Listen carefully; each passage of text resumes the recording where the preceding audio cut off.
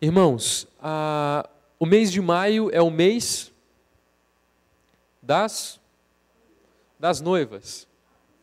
Das noivas. Não, é o mês das noivas, mas é o mês da família. Ivanete acertou. O mês de maio é o mês da família. E o pastor me deixou encarregado de estudar a palavra de Deus nessa quarta-feira.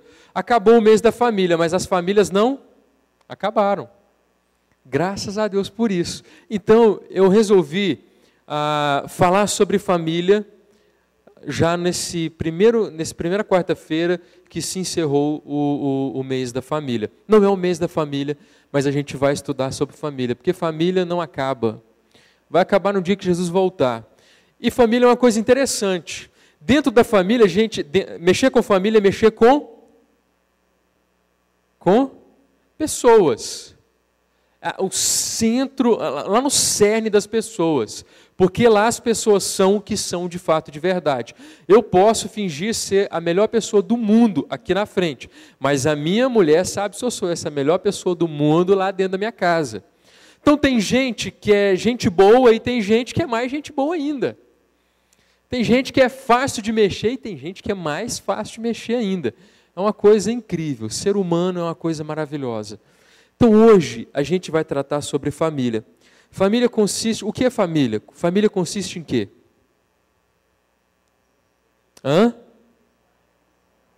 O quê? Pais e filhos que convivem, que estão juntos, diferente da gente. Aqui está todo mundo espalhado, olha para você ver.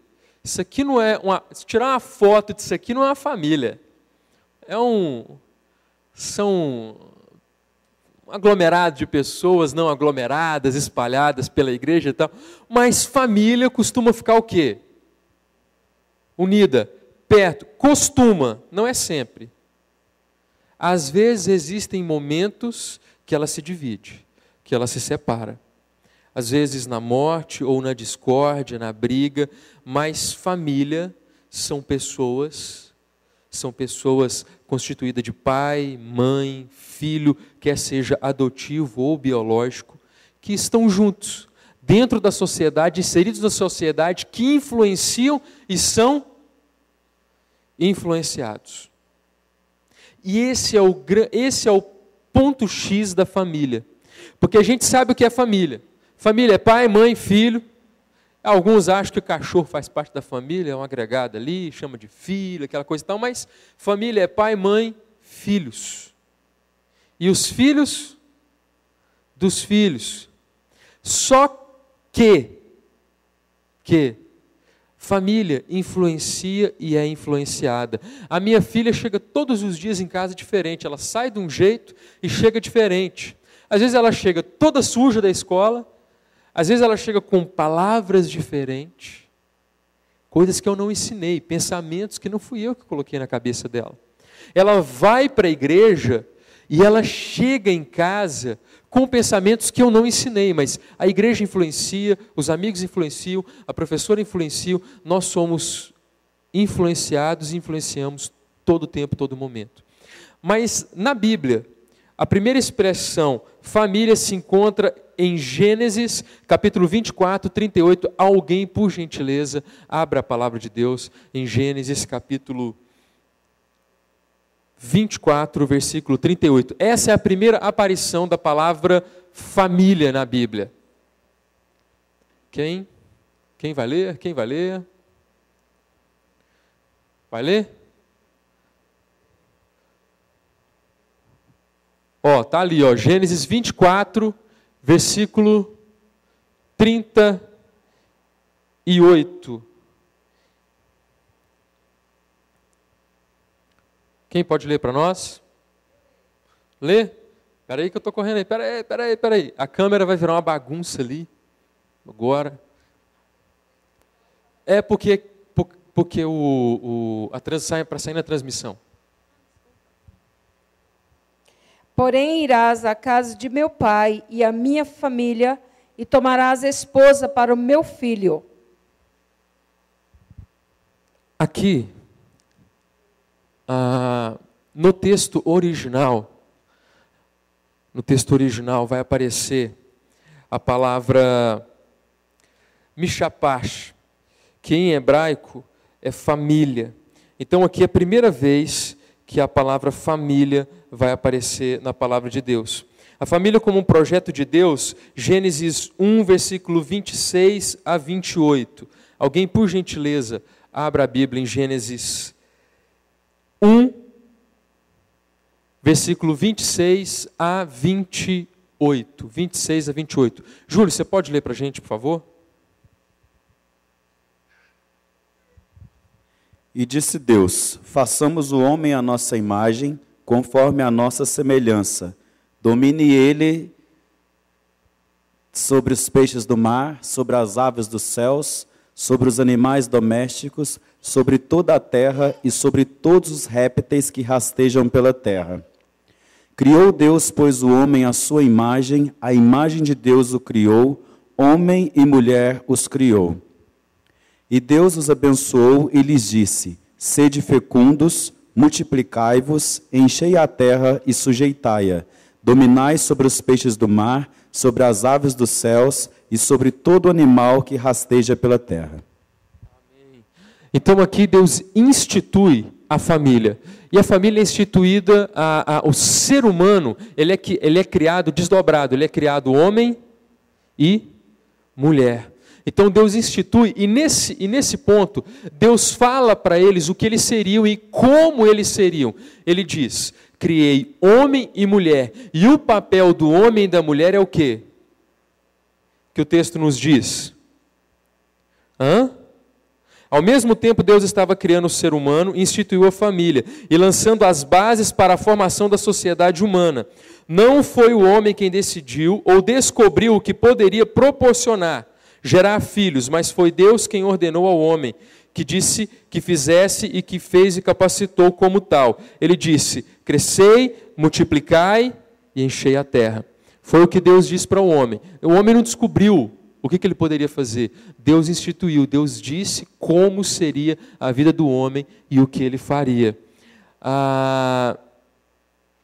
Isso é muito fácil na prática, né? Um homem se une a uma mulher, casa e tem filhos e multiplica, e parece que é fácil, mas a gente sabe na prática que não é.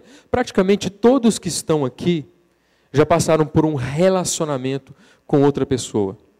Já se apaixonaram, se casaram, tiveram filhos, praticamente todas as pessoas que estão aqui. Mas o passo para você estar com alguém, ficar com alguém, se comprometer com alguém, é um passo difícil de se acertar. A Cris tem um estudo que ela faz muito com jovens e com adolescentes, que é sobre namoro. Como escolher a pessoa certa. Existe alma gêmea? Todo mundo fica falando de alma gêmea. Ai, minha alma gêmea, apaixona, vê que é loucura. Eu olhei para a Cris, ela olhou para mim, eu sabia que era ela. Foi uma coisa de louco. Com 15 dias de namoro, eu marquei o casamento. Só que, existe alma gêmea? Julinha, existe alma gêmea? Eu olhei para ela, pá, fiquei louco, vou casar, casei. Existe alma gêmea, gente? Adolescente fica louco, ele acha que existe. Se falar para adolescente que não existe alma gêmea, ele... Como assim? Não existe alma gêmea. Não existe alma gêmea. Existe pessoas que Deus coloca na nossa vida para abençoar a nossa vida, para termos um relacionamento de amizade e descobrirmos em Deus. Tem uma frase maravilhosa, linda, que diz assim: a mulher, quando quer descobrir qual é o homem certo, ela precisa encontrar Deus e em Deus aquele homem. Quando ela descobre quem é Deus, onde Deus está, quem Ele é, atrás desse Deus ela vai descobrir um homem de Deus, o homem que pode servir para ela para o resto da vida. Então o namoro, ele é um período difícil, ele é um período das escolhas que a gente vai levar para o resto da vida. E o mundo tem uma expressão que já é antiga, não é nova, que é a expressão ficar. Para quem está querendo namorar ou para quem é solteiro e tal, ficar. Eu chego no acampamento, a primeira coisa que eu falo é: ficar está liberado. Os adolescentes arregalam os olhos e falam assim: opa, achei meu lugar. Alguns jovens solteiros falam: nossa, achei meu lugar. Ficar está liberado. A palavra de Deus libera ficar. O que significa o termo ficar? O termo. O que significa o termo ficar? Alguns dos irmãos sabem? Termo ficar. Hã? Ficar. Ficar é isso aqui, ó. É estar junto. Ficar, acompanhar, estar, permanecer, durar, estar constantemente. Isso é ficar. Alguém que se compromete com o outro, alguém que faz uma aliança com o outro, ele ficou com aquela pessoa. Ele fica, ele escolheu permanecer com aquela pessoa. Só que o mundo usa uma palavra bonita, um termo bonito, um termo maravilhoso, só que ele usa para outra coisa, ele usa para abusar, para estar com alguém sem nenhum tipo de compromisso. Entendeu? Mas a palavra ficar, o termo ficar, é um termo bonito. Eu explico isso no acampamento. Olha, aqui, esse ficar, quem está casado pode ficar com a sua esposa, não tem problema. Quem é noivo pode ficar com a sua noiva aqui, estar, acompanhar, mas usar alguém não é permitido aqui. Abusar de alguém não é permitido aqui. Porque esse não é o plano de Deus para a vida do ser humano, tirar proveito, abusar. O plano de Deus para o ser humano é que ele conheça alguém e se comprometa com aquela pessoa. Só que as pessoas têm dificuldades com a palavra comprometer. Elas têm dificuldades com a palavra comprometer.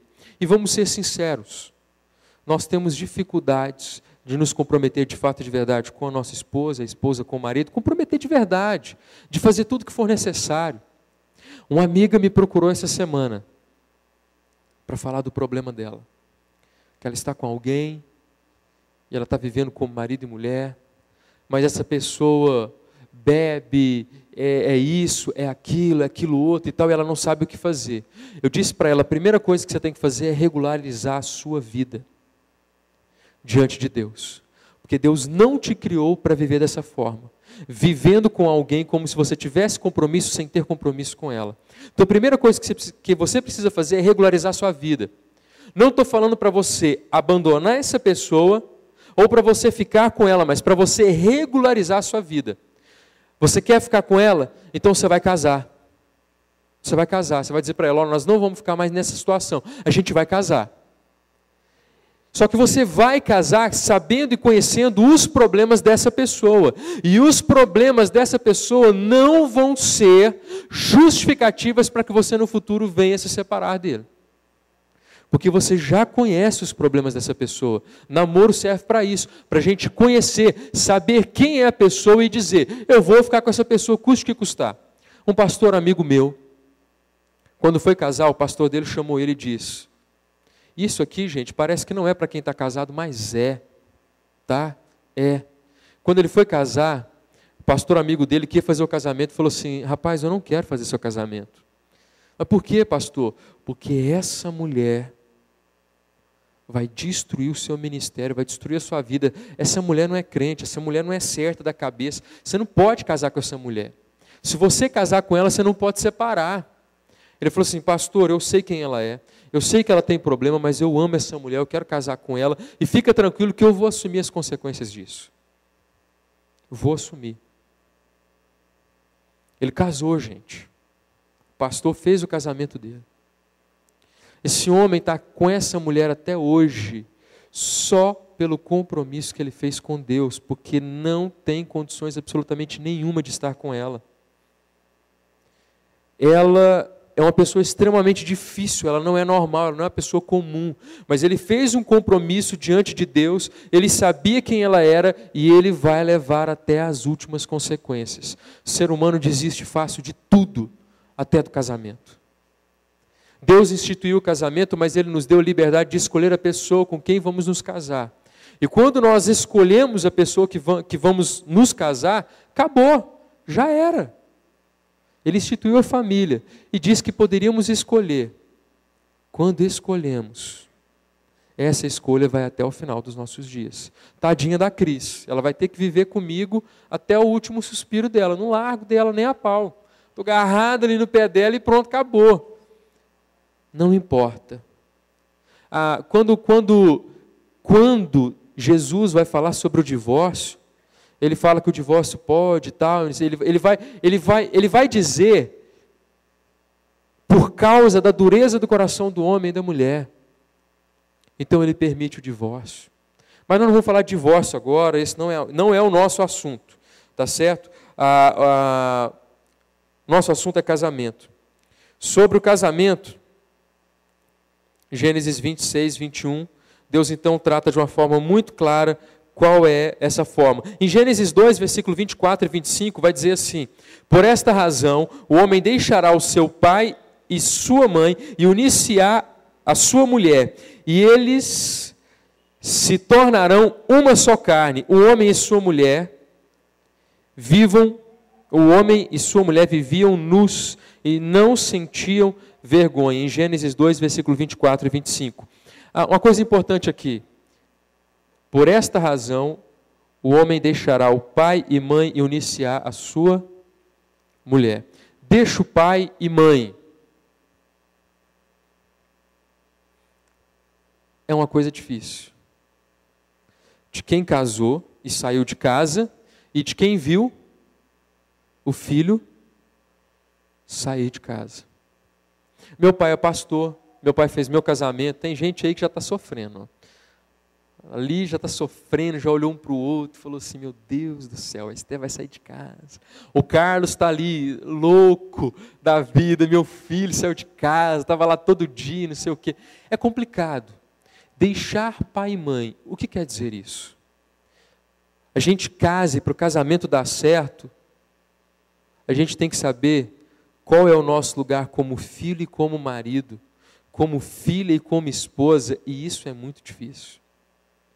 Meu pai é pastor, meu pai fez o meu casamento, mas como foi difícil lidar com essa separação. Agora a minha família não é mais só o meu pai, a minha família é minha esposa. É a minha esposa.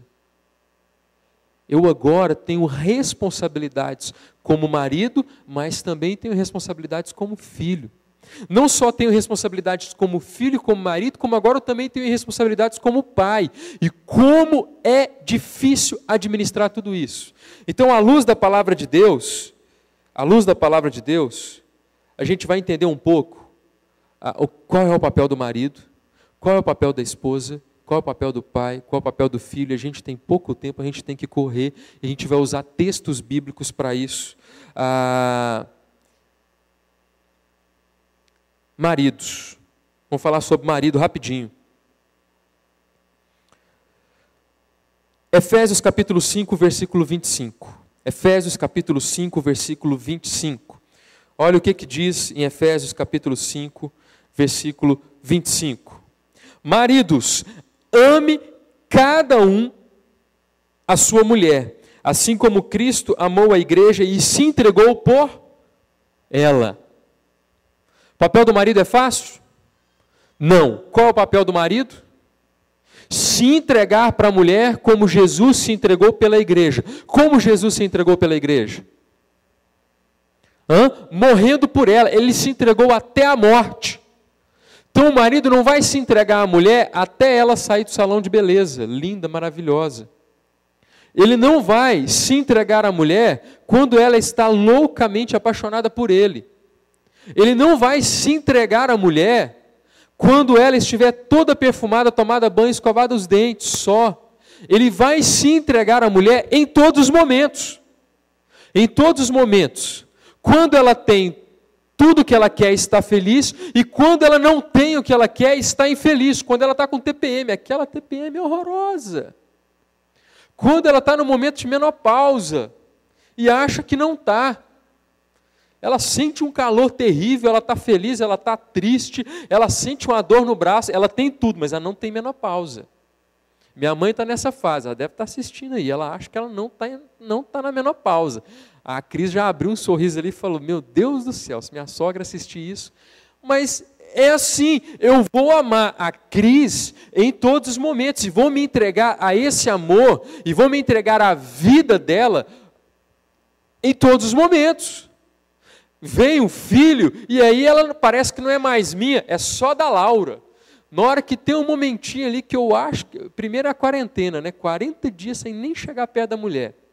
Depois que passa os 40 dias, qualquer silênciozinho, você acha que você vai abraçar e aquela hora você vai fazer amor, maravilhosamente, matar a saudade, o que acontece? A mulher dorme, ela está cansada. Porque o filho sugou tudo, não suga só o que ela come, o que ela bebe, suga as energias, suga tudo. Mas eu vou amar essa mulher, mesmo eu não tendo aquilo que eu quero, mesmo eu não tendo aquilo que eu preciso, mesmo eu vou amar essa mulher toda hora, o tempo todo, como Cristo amou a igreja. E é fácil, gente, amar outro ser humano o tempo todo, o dia todo, o dia inteiro, a noite toda. É fácil amar alguém o tempo todo? Não é fácil. Mas o papel do homem é esse, amar. Agora, o papel da mulher. Qual que é o papel da mulher? Efésios capítulo 5, versículo 22. O que será que diz que é o papel da mulher, o lugar da mulher na família? O papel do homem, então, na família é se entregar como Cristo se entregou pela igreja.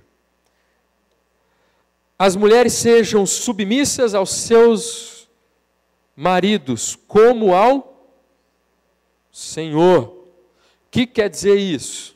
Que eu vou mandar e ela vai obedecer. É isso que está falando?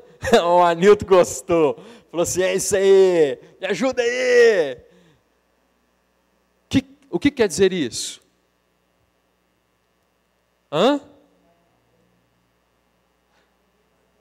Sejam submissas. Estar na mesma missão, auxiliando, ajudando. A submissão aqui é alguém que está por trás, olhando tudo e ajudando para que aquela pessoa que está à sua frente não caia. O papel da submissão é esse. Qual que é o papel da mulher? Mulheres, ouçam isso. Ensinem para as outras mulheres o que é submissão. É olhar por trás aquilo que o marido está fazendo, aonde ele está indo, e vigiar para que ele não caia. O papel da mulher é auxiliar o marido, é ser um auxiliador idônea, para que o seu marido alcance os objetivos, os sonhos que ele tem e que ele tem para a família, e que a família tem. Então a mulher, ela vai opinar, gente, o que seria de mim sem aquela mulher? O que seria de mim sem aquela mulher? Ela dá palpite em tudo. Ela fala, ela vê, eu vou fazer, eu pergunto, eu especulo, o que você acha, o que você pensa, e ela vai falando, eu vou tomando as minhas decisões baseado naquilo que ela está analisando. Eu tomo a decisão. E interessante que no dia do meu casamento, meu pai disse uma frase que quando eu tiver 99 anos, se eu tiver, ela vai fazer sentido para mim. A frase foi, a partir de agora, tudo que você decidir vai recair sobre você e sobre a sua família. A sua mulher vai pagar o preço junto com você das suas escolhas. E quando você tiver filhos, quando você optar por comprar um carro, ou por fazer isso, ou por comprar uma casa, vai recair sobre você e sobre os seus filhos a sua escolha. Agora, quem vai pagar sobre as consequências não é só você, mas você, a sua esposa e os seus filhos. A nossa esposa e os nossos filhos colhem as consequências das escolhas nossas, maridos, pai. Recai sobre nós. Pois bem, o papel da mulher, de olhar, ver. O papel dos filhos. Agora, pais, prestem bastante atenção. Todos nós somos filhos, mas a maioria aqui é pai. O papel dos filhos, em Êxodo capítulo 20, versículo 12. Êxodo capítulo 20, versículo 12, vai dizer assim: honra o teu pai e tua mãe, a fim de que tenhas vida longa na terra, que o Senhor, o teu Deus, te dá. Provérbios capítulo 1, versículo 10 diz assim: meu filho, se os maus tentarem seduzi-lo, não cedam. Efésios capítulo 6, versículo 1 e versículo 3. Efésios capítulo 6, versículo 1 e versículo 3. Ao versículo 3 diz assim: Filhos, obedeçam aos vossos pais no Senhor, pois isso é justo. Honra o teu pai e tua mãe. Este é o primeiro mandamento com promessa, para que tudo te corra bem e tenhas longa vida sobre a terra. Sobre a terra. Uma pausa aqui, nós temos um último versículo para ler, que é Salmos 127, versículo 3 a 5. É muito lindo abrir a Bíblia e ler: honra o teu pai e tua mãe, a fim de que tenham uma longa vida sobre a face da terra. Ou, filhos, obedeçam seus pais no Senhor, pois isso é justo, é o primeiro mandamento com promessa. Só que a gente se esquece de Provérbios capítulo 1, versículo 10. Meu filho, se os maus tentarem seduzi-lo, não cedam. Por que eu coloquei esse versículo no meio? Porque a gente sabe que o papel do filho é obedecer. O papel do filho é obedecer. Isso é indiscutível. Mas nós nos esquecemos de que o mundo está assediando os nossos filhos constantemente. Então, a gente sabe qual é o papel deles, e aqui é muito simples de falar. O papel do filho é obedecer, é honrar o pai, para que ele colha frutos disso, como diz a palavra de Deus. Ele vai obedecer e através da obediência, os seus dias vão ser prolongados sobre a face da terra. O que quer dizer isso? A lei diz, e o pai ensina a obedecer à lei, e a lei diz: ande a 80 km por hora. Naquela curva acentuada, faça aquela curva a 60 km por hora. Então o filho que obedece, que aprendeu com o pai, que ele deve obedecer, então o que ele vai fazer? Ele vai diminuir a velocidade e ele não vai fazer a 180, ele não vai fazer a 120, ele não vai fazer a 100, ele vai fazer a 60, porque ele aprendeu, porque ele obedeceu, e assim os seus dias vão sendo acrescentados, como diz a palavra de Deus. Então ele vai obedecendo, e ele vai estendendo os seus dias sobre a face da terra. Mas a questão é que nós, como pais, precisamos nos lembrar de que os nossos filhos são assediados todos os dias por Satanás, pelos seus demônios, usando pessoas lúcidas, mas possessas. Lúcidas, mas vivendo em função do diabo. Nas escolas não se encontram, nas nossas escolas em Uberlândia, não se encontram princípios bíblicos, nem ministrados pelos professores, nem pelos diretores. Não existem princípios bíblicos ali, e os nossos filhos estão aprendendo coisas terríveis ali, coisas que são comuns para os nossos filhos, mas não são para nós. Coisas que são comuns na escola da Laura, e ela está aprendendo. A Laura está aprendendo. A Laura tem 4 anos. Sabe o que ela está aprendendo na escola?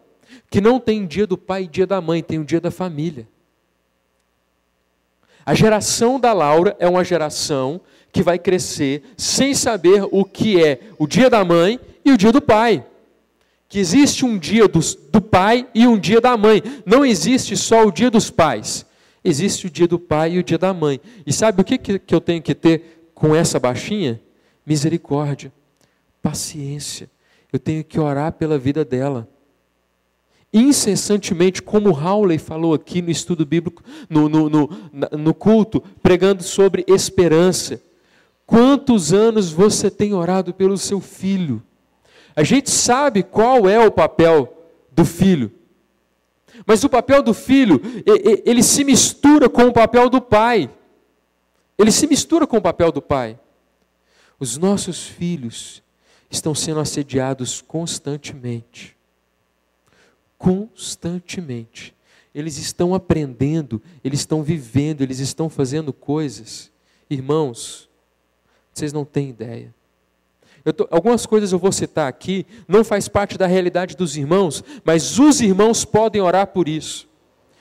Você entra numa sala de pré-adolescentes de 11 anos e pergunta para eles: quem aqui é virgem? Nenhum vai levantar a mão. Fala assim: quem aqui namora e tem relacionamento sexual ativo? Diário, comum. 70% da sala vai dizer que tem relação sexual constantemente.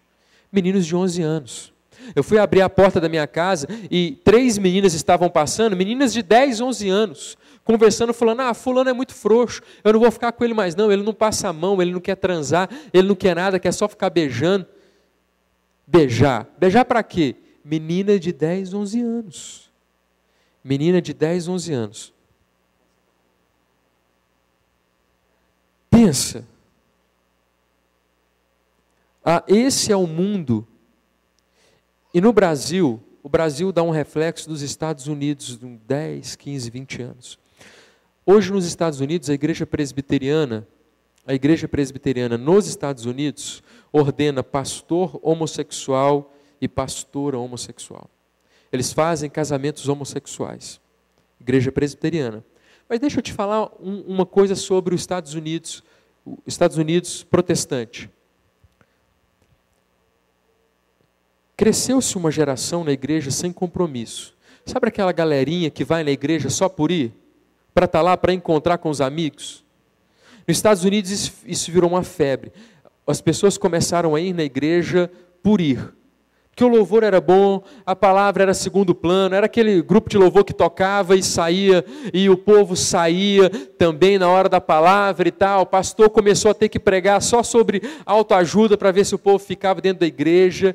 E eles começaram a criar os filhos assim. Eu não estou muito afim de ir na igreja, mas eu vou levar o meu filho. Ele vai, leva o filho na igreja, vai embora assistir a corrida, vai assistir o futebol e depois volta para buscar o filho. Essa geração que cresceu na igreja sem os pais estarem na igreja, foi uma geração que começou a ver as coisas fora da Bíblia, no âmbito humano. O que tem fumar? O que tem beber? Qual o problema disso? Qual o problema daquilo? O que tem? Eles se amam. Só porque são 2 mulheres? Só porque são 2 homens? Qual o problema? Deixa, o que tem? Essa geração assumiu a igreja. Essa geração se tornou os pastores e os presbíteros na igreja nos Estados Unidos. Isso é familiar para os irmãos? Isso está acontecendo no Brasil? Está acontecendo no Brasil? Na nossa igreja, quantos pais estão trazendo os filhos e não ficam aqui e vão embora para casa? Eu tenho pelo menos 10 crianças que eu posso citar o nome de pais que trazem as crianças e vão embora. E voltam depois para poder buscar. Soa familiar para os irmãos? Essa geração dos nossos filhos vão assumir o nosso lugar. E qual vai ser a igreja? Qual vai ser a igreja? Sobre herança, está aqui, Salmo 127, versículo 3 a 5, diz assim: os filhos são herança do Senhor, uma recompensa que Ele dá. Como flechas nas mãos do guerreiro, são os filhos nascidos na juventude. Como é feliz o homem que tem a sua aljava cheia deles. Não será humilhado quando enfrentar seus inimigos no tribunal. Sabe o que esse texto aqui está dizendo? Os filhos são herança. Herança no sentido de que eu recebi, mas o japonês, o chinês, ele tem um ditado que eu acho incrível. Eles são os nossos sucessores. Os filhos são os nossos sucessores. Eu estou cuidando da terra porque eu vou passar essa terra para o meu filho. Então, a ideia deles, muito mais do que ser dono do filho, eles são dono de alguma coisa para passar isso para o seu filho, porque ele é um sucessor. Ele é um sucessor. E é assim que nós devemos olhar para os nossos filhos, como pais. Eles são pessoas que serão os nossos sucessores. Nós recebemos de Deus esse presente para que eles continuem a nossa história. E quando fala de aljava, lá na velhice, eles serão quem cuidarão de nós e não nos deixarão envergonhar diante dos nossos inimigos. Abre parêntese. Pai da Cris entrou em coma, nós saímos daqui às pressas correndo. E a Cris foi uma flecha que ele guardou na aljava. A Cris saiu daqui e foi cuidar dele, não deixou ele ser envergonhado. Se ela não estivesse lá cuidando dele, milhares de coisas poderiam ter acontecido. Ele não ficou abandonado. Ele teve o tratamento não por causa do hospital, mas porque ela, pela graça e misericórdia de Deus, fez enfermagem e fez procedimentos que as enfermeiras do hospital não queriam fazer, não estavam interessadas em fazer, e algumas delas não tinham capacidade para isso. Então, ele soube tratar a filha, cuidar da filha, e ela na sua velhice não o deixou envergonhar diante das suas adversidades. Ela foi, cuidou. É assim que nós devemos olhar para os nossos filhos. Eles serão quem cuidarão de nós. Por isso é importante nós olharmos para os idosos e ver como nós tratamos. Eu ligo para minha mãe todos os dias, a Laura está vendo. Ela está vendo tudo isso. Como eu trato a minha mãe, como eu trato o meu pai, como eu trato os avós dela. E é assim que ela vai tratar os seus avós. Os avós dos seus filhos. É assim que ela vai me tratar. É para isso que esse versículo está chamando a atenção. É importante nós tratarmos bem uns aos outros. É importante tratarmos dentro da nossa família bem quem é mais velho que nós. Para que os mais novos vejam como deve ser o proceder.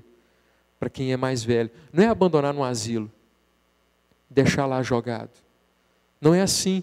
Porque quando eu chegar naquele momento, os meus filhos, a minha filha vai fazer igual eu fiz. Da mesma forma. É disso que esse texto está falando.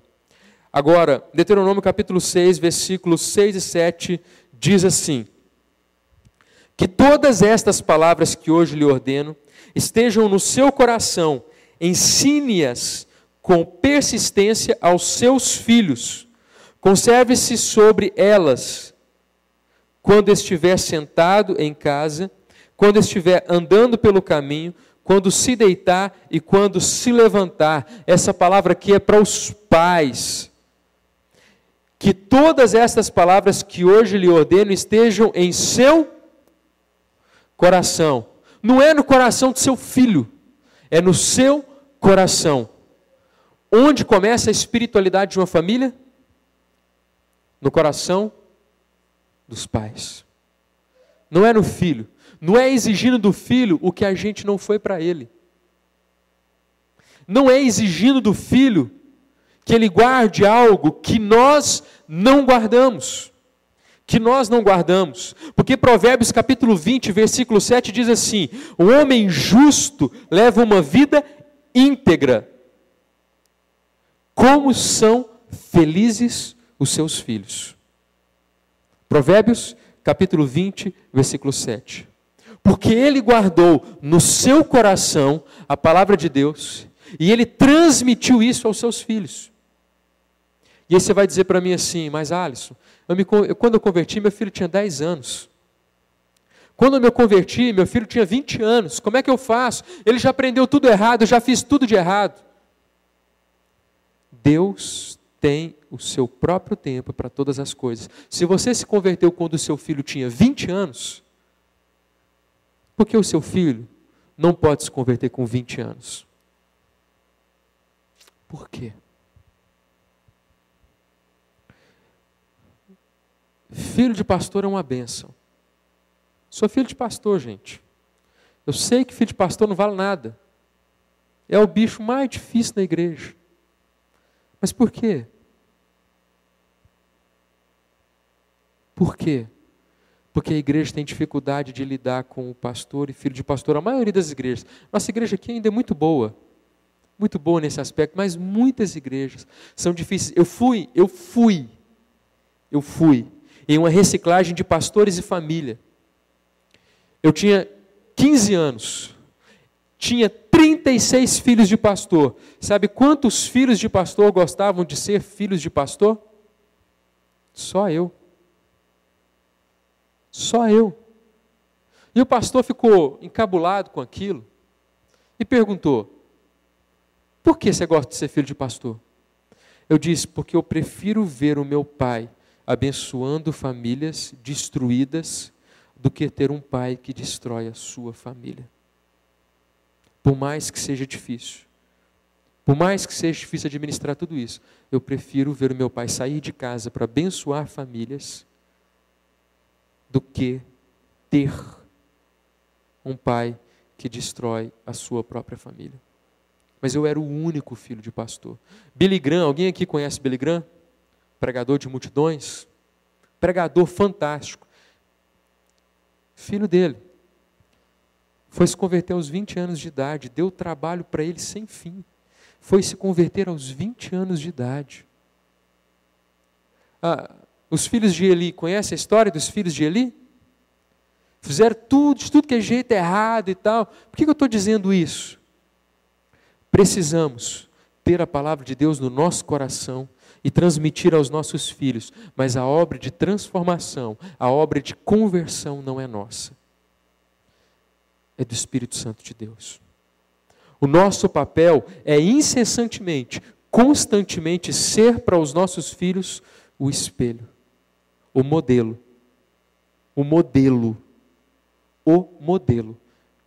de Jesus em nós. Esse é o papel. Quer que o casamento do seu filho seja abençoado? Quer que o casamento da sua filha seja abençoada? Não interfira. Não ligue para perguntar se ele está precisando de alguma coisa. Você colocou a internet para ele e ele não pagou? Não cancela a internet, não interfira. Ore, seja o modelo, seja o padrão, esteja próximo o suficiente para no primeiro instante ele gritar, pai. Ele pegar o telefone e te ligar. Não queira interferir. Esteja presente. Acompanhe. Quando o filho cresce, é complicado. Ele é o dono do nariz. Ele já está trabalhando, está ganhando seu dinheiro e tal. Esteja presente. Esteja presente. Vários pais vêm me procurar para falar sobre adolescente e comete o maior pecado do mundo. Começa a falar dos problemas na frente do filho. Eu não sei o que eu faço com ela mais, eu estou comprando remédio assim, porque ela não come. Fale isso perto dela.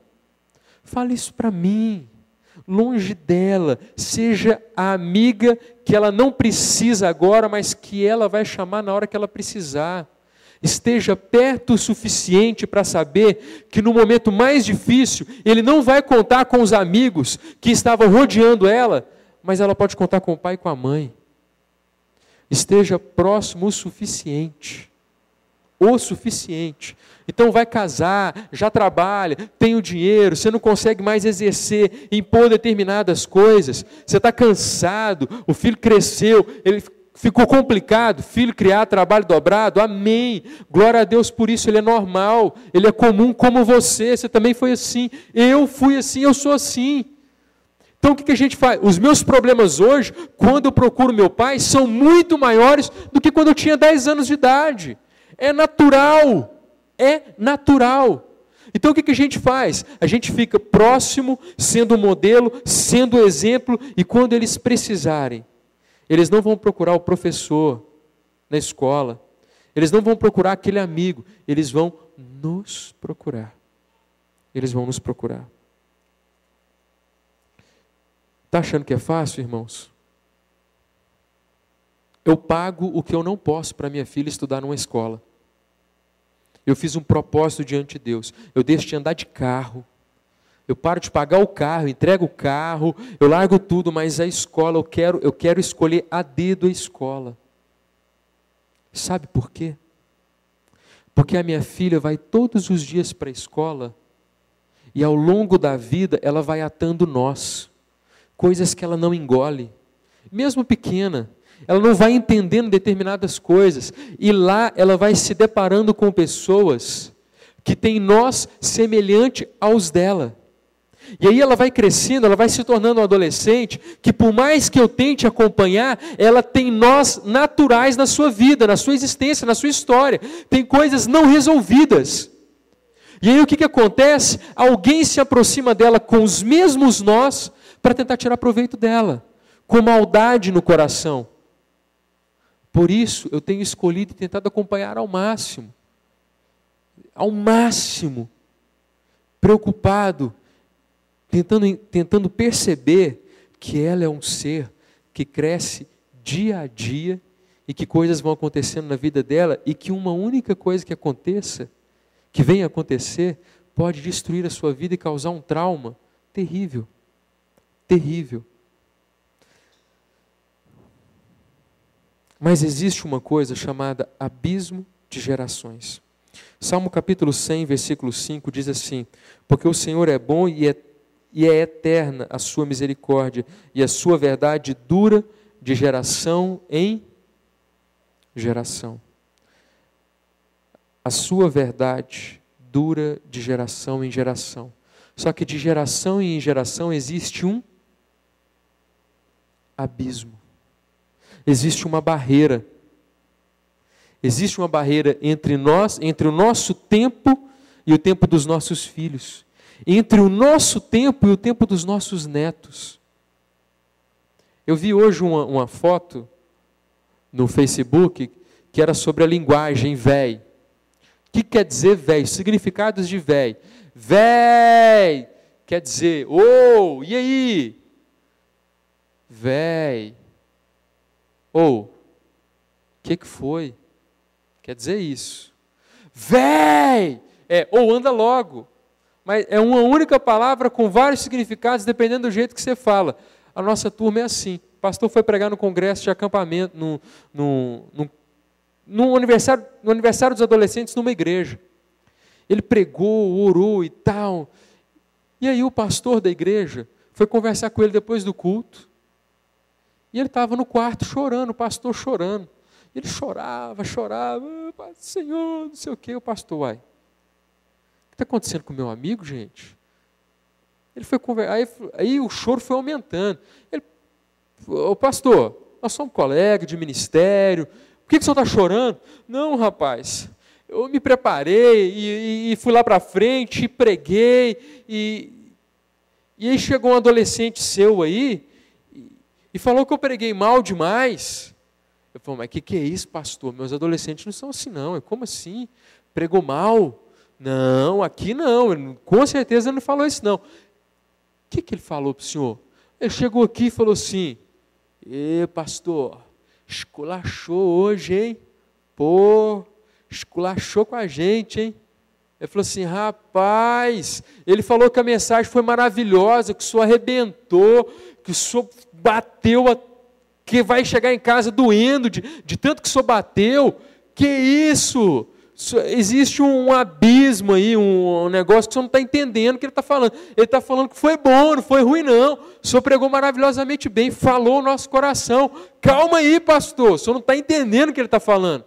Tem horas que nós não conseguimos entender o que os nossos filhos estão vivendo. Por que eles estão vivendo assim? Existe um abismo, uma barreira, porque nós jamais teríamos determinadas atitudes que eles têm, porque nós não falaríamos determinadas palavras que eles falam, porque nós não faríamos, não estaríamos, mas eles estão. Existe um abismo, uma barreira que nos impede de entender determinadas coisas que eles vivem. E qual é o nosso papel diante disso? Entender o Salmo 100, versículo 5, porque o Senhor é bom e é eterna a sua misericórdia, e a sua verdade dura de geração em geração. A verdade do Senhor estará no coração dos nossos filhos, independente de que circunstância for. O Senhor nosso Deus estará com os nossos filhos como Ele esteve conosco. O que nós precisamos fazer não é tentar entender o mundo dos nossos filhos. Nós precisamos nos esforçar para estar lá. Falei com os adolescentes esses dias. O Facebook envelheceu. Sabe por quê, meus irmãos? Porque o pai e a mãe entrou no Facebook. Estava legal até o pai e a mãe entrar no Facebook. Quando o pai e a mãe entrou no Facebook, acabou para eles. Porque a mãe entra e posta a foto dele, do menininho pelado com 1 ano. Olha que lindeza o meu neném, não sei o que tem. Aí as únicas pessoas que curtem a foto é a tia, a avó, não sei mais quem. A avó está no Facebook também, gente. Então ele não tem mais ambiente, porque ali ele não pode fazer nada que a mãe vira para ele e fala, você postou tal coisa, que negócio é aquele, eu não quero saber de você postando isso e fazendo isso, aquilo. Acabou, não tem mais mundo ali. Então o Facebook envelheceu, ele já não quer mais aquilo, ele quer outras coisas. Ele só está ali porque todo mundo está, o mundo está ali. Mas ele quer agora o WhatsApp, que o pai não vigia, a mãe não vigia. Ele quer Snapchat, que que nem os jovens sabem mais o que é isso. É outra geração, é outro mundo. E a gente precisa tentar acompanhar para não ficar isolado deles. Mas a gente precisa tentar acompanhar, mas orando, intercedendo, buscando, acompanhando, sendo um modelo. Mais importante do que a gente entender, presta atenção nisso, mais importante do que a gente entender como é o mundo deles, é ser o modelo que eles não têm. Esse é o maior objetivo nosso, ser o modelo. Amém?